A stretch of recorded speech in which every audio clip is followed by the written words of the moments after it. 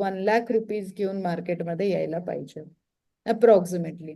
तर तुम्ही सगळ्या सेगमेंटमध्ये फ्रीली काम करू शकता. दुसरा रूल पण ऐकून घ्या माझा, जो मी प्रत्येकाला सांगते. आज 1,00,000 रुपये इन्व्हेस्ट केलेत. आज काय तारीख आहे? 3 जुलै आहे. 3 जुलै.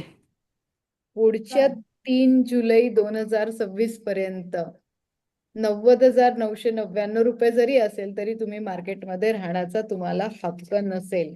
मग भले ते तुमचे गेलेले असतील ब्रोकरेजमध्ये तरी पण तुम्हाला हक्क नसेल. 1,01,001 रुपये जरी असेल तर तुम्ही परमनंटली मार्केटमध्ये स्टेबल राहू शकता. ही गॅरंटी मी घेईन 1 वर्षानंतर.